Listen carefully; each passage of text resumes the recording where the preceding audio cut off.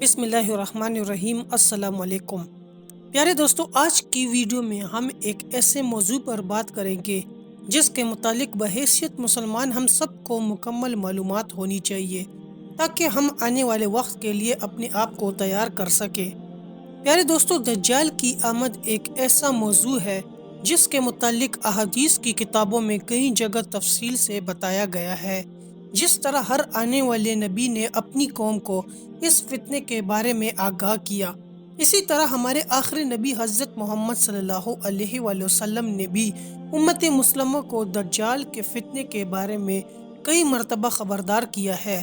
اس کی آمد کی کئی طرح کی نشانیاں بتائیں اور اس سے بچنے کے بھی کئی طریقے بتائے۔ آج کی ویڈیو میں ہم دجال کے بارے میں ایک طویل حدیث کا ذکر کرنے جا رہے ہیں جسے حدیث جساسہ کہا جاتا ہے۔ اس حدیث کے مطابق ایک صحابی حضرت تمیم داری نے دجال سے بذات خود ملاقات کی تھی اور بعد میں اسلام لانے کے بعد انہوں نے اس واقعہ کا ذکر حضور پاک صلی اللہ علیہ وآلہ وسلم سے کیا، جس کی آپ صلی اللہ علیہ وآلہ وسلم نے تصدیق کی اور اس کے متعلق ایک طویل خطبہ بھی دیا۔ پیارے دوستو، فاطمہ بنت قیس کی بیان کردہ روایت کے مطابق ایک مرتبہ حضور پاک صلی اللہ علیہ وآلہ وسلم اپنی نماز پوری کرنے کے بعد مسکراتے ہوئے ممبر پر تشریف لائے اور فرمایا کہ تم میں سے ہر شخص اپنی نماز کی جگہ پر بیٹھا رہے، اور پھر ارشاد فرمایا، کیا تم جانتے ہو کہ میں نے تمہیں کیوں جمع کیا؟ صحابہ کرام نے عرض کیا کہ اللہ تعالیٰ اور اس کے رسول ہی بہتر جانتے ہیں۔ چنانچہ آپ صلی اللہ علیہ وآلہ وسلم نے ارشاد فرمایا کہ اللہ تعالیٰ کی قسم، میں نے آج تمہیں اللہ تعالیٰ سے ڈرانے یا اللہ تعالیٰ کے کسی حکم کی ترغیب دینے کے لیے نہیں بلایا، بلکہ میں نے تمہیں یہ بتانے کے لیے جمع کیا ہے کہ تمیم داری ایک نصرانی شخص تھا۔ پس وہ آئے، انہوں نے اسلام کا ذکر سنا اور مسلمان ہو گئے۔ انہوں نے مجھے ایک ایسی بات بتائی جو کہ اس خبر کی تصدیق کرتی ہے جو دجال کے بارے میں ہے، میں تمہیں پہلے ہی بتا چکا ہوں۔ انہوں نے بتایا کہ وہ قبیلہ بنو جذام اور قبیلہ بنو لکم کے 30 آدمیوں کے ساتھ ایک کشتی میں سوار ہو کر بحری سفر پر نکلے۔ 1 ماہ تک سمندری موجیں انہیں دھکیلتی رہی اور بالآخر ایک جزیرے تک جا پہنچایا۔ اس وقت سورج غروب ہو چکا تھا۔ وہ لوگ چھوٹی چھوٹی کشتیوں میں سوار ہو کر جزیرے میں داخل ہوئے، جہاں انہیں ایک جانور دکھائی دیا جو کہ موٹے اور گھنے بالوں والا تھا۔ اس کے جسم پر بال اس قدر زیادہ تھے کہ وہ آگے اور پیچھے دونوں طرف سے پہچانا نہیں جا رہا تھا۔ انہوں نے اس سے پوچھا کہ اے مخلوق، تو کون ہے؟ جس کے جواب میں اس نے کہا کہ اے قوم، وہ سامنے دکھائی دینے والے گرجا میں چلو، کیونکہ وہ تمہاری آمد کی خبر میں بہت دلچسپی رکھتا ہے۔ وہ لوگ یہ سن کر گھبرا گئے، انہیں شک ہوا کہ یہ کہیں کوئی جن نہ ہو، لہٰذا وہ جلدی جلدی چلے یہاں تک کہ گرجا میں داخل ہو گئے۔ وہاں انہوں نے ایک ایسا طویل قامت انسان دیکھا کہ ایسا انسان انہوں نے آج تک نہیں دیکھا تھا۔ وہ بہت سختی سے بندھا ہوا تھا، اس کے دونوں ہاتھ گردن کے ساتھ بندھے تھے اور اس کے گھٹنے اور ٹخنے لوہے کی زنجیروں میں جکڑے ہوئے تھے۔ بس انہوں نے پوچھا کہ تو کون ہے؟ جس کے جواب میں اس نے کہا کہ اگر تم میری خبر پانے پر قادر ہو ہی گئے ہو تو پہلے تم بتاؤ کہ تم لوگ کون ہو؟ انہوں نے جواب دیا کہ ہم عرب کے لوگ ہیں اور ایک بحری جہاز میں بیٹھ کر یہاں تک آئے۔ جب ہم سمندر میں اترے تو ہم نے اس کی لہروں کو بہت جوش میں پایا۔ 1 مہینے تک لہریں ہمیں ادھر ادھر بھٹکاتی رہی اور بالآخر ہم تمہارے اس جزیرے تک پہنچ گئے۔ اب تم بتاؤ کہ تم کون ہے؟ اس نے کہا کہ میں جساسہ ہوں۔ انہوں نے پوچھا کہ جساسہ کیا ہوتا ہے؟ اس نے کہا کہ گرجے میں اس آدمی کی طرف جاؤ، وہ تمہاری راہ دیکھ رہا ہے اور تمہارے بارے میں جاننے میں دلچسپی رکھتا ہے۔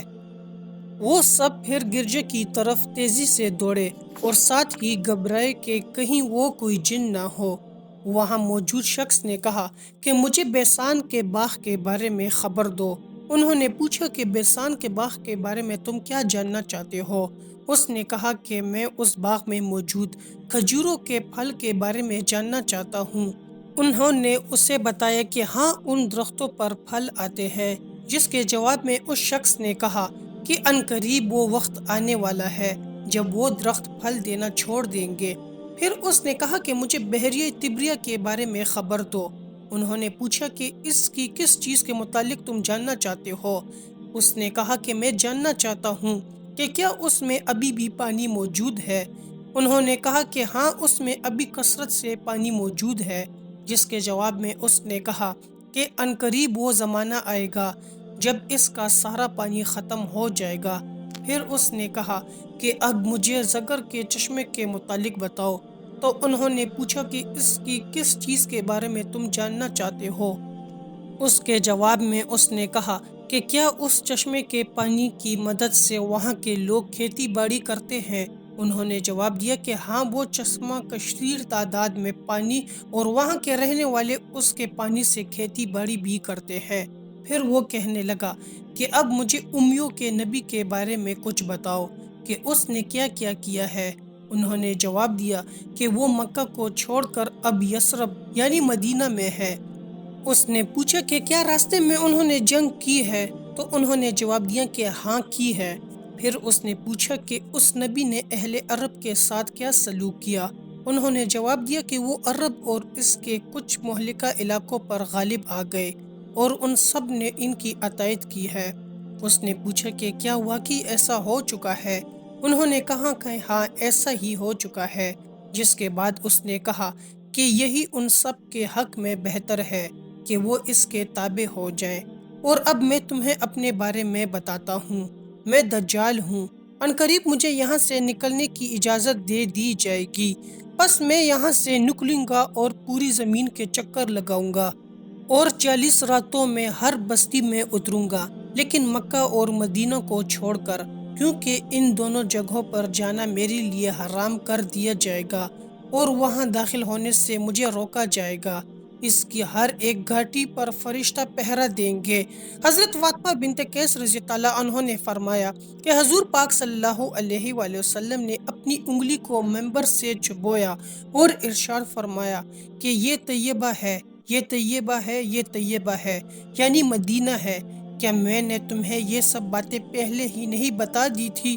تو صحابہ کرام نے عرض کیا کہ بے شک۔ آپ نے فرمایا کہ بے شک مجھے تمیم کی اس خبر کی خوشی ہے، کیونکہ یہ ان باتوں کی تصدیق کرتی ہے جو دجال اور مکہ مدینہ کے بارے میں نے تم سے پہلے ہی بیان کر رکھی تھی۔ بس آگاہ رہو کہ دجال شام یا یمن کے سمندر میں نہیں، بلکہ وہ مشرق کی طرف ہے۔ آپ صلی اللہ علیہ وآلہ وسلم نے مشرق کی طرف ہاتھ سے اشارہ کیا۔ حضرت فاطمہ بنت قیس رضی اللہ عنہ نے فرمایا کہ پس یہ ساری حدیث میں نے آپ صلی اللہ علیہ وآلہ وسلم سے یاد کر لی۔ پیارے دوستو، چونکہ یہ ایک طویل حدیث ہے اور اس حدیث میں ایک طویل القامت انسان کا ذکر بھی ہے جس کا نام جساسہ تھا، شاید یہی وجہ ہے کہ اسی نسبت سے اسے حدیث جساسہ کہا جاتا ہے۔ جی تو پیارے دوستو، ہم امید کرتے ہیں کہ آپ کو ہماری آج کی ویڈیو پسند آئی ہوگی۔ اگر آپ کو ہماری ویڈیو پسند آئی ہے تو آپ سے گزارش ہے کہ ہمارے چینل کو لائک اور سبسکرائب کر دے اور بیل کے بٹن کو بھی آن کر دے۔ آپ سے ملاقات ہوگی ایک نئی معلوماتی ویڈیو میں۔ دیکھتے رہیے ہمارے چینل کو۔ آخر میں اللہ تعالیٰ سے دعا ہے کہ اللہ تعالیٰ ہمیں اچھے کام کرنے کی توفیق عطا فرمائے اور ہمارا خاتمہ ایمان پر کرے۔